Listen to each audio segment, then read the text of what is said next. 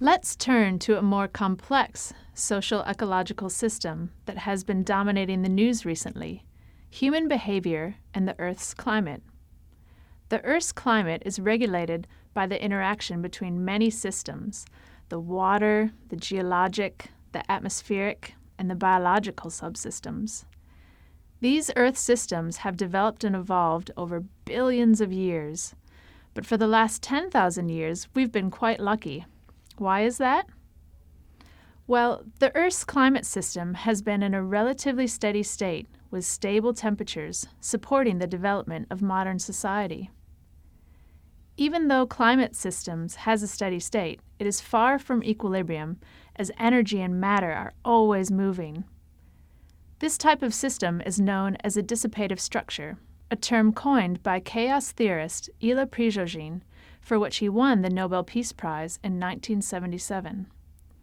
A dissipative structure is one in which its state is relatively steady, but yet its process is very dynamic, like a living organism, or hurricane, or the Earth's ecological and climate systems.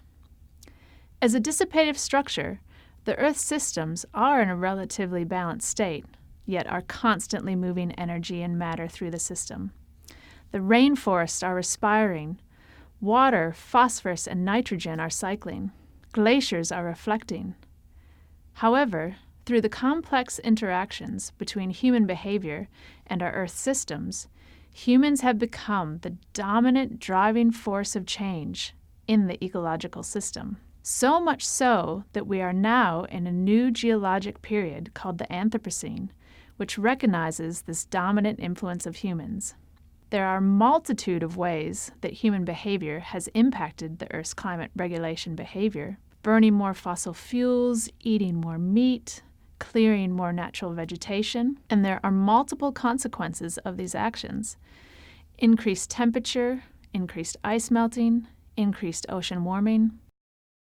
Another characteristic of dissipative structures is that at certain points, when moved beyond a certain threshold, what used to be a balanced system can flip into periods of amplification in which a completely new system state emerges. These dynamics of these new states are unpredictable, and this is what climate scientists are now referring to as tipping points in the ecological system. For example, as temperature increases, the boreal forest and Amazon rainforest decrease in health and volume, which means less CO2 is absorbed, which means temperature increases, and the loop amplifies. And the Arctic, Antarctic, and Greenland ice masses decrease, which means more open water, leading to greater absorption of heat, which means the ocean circulations, which help to regulate our climate, may change. Notice these multiple reinforcing feedback loops. The behavior of this socio-ecological system emerges from feedback interactions between parts, between human activity and ecological systems.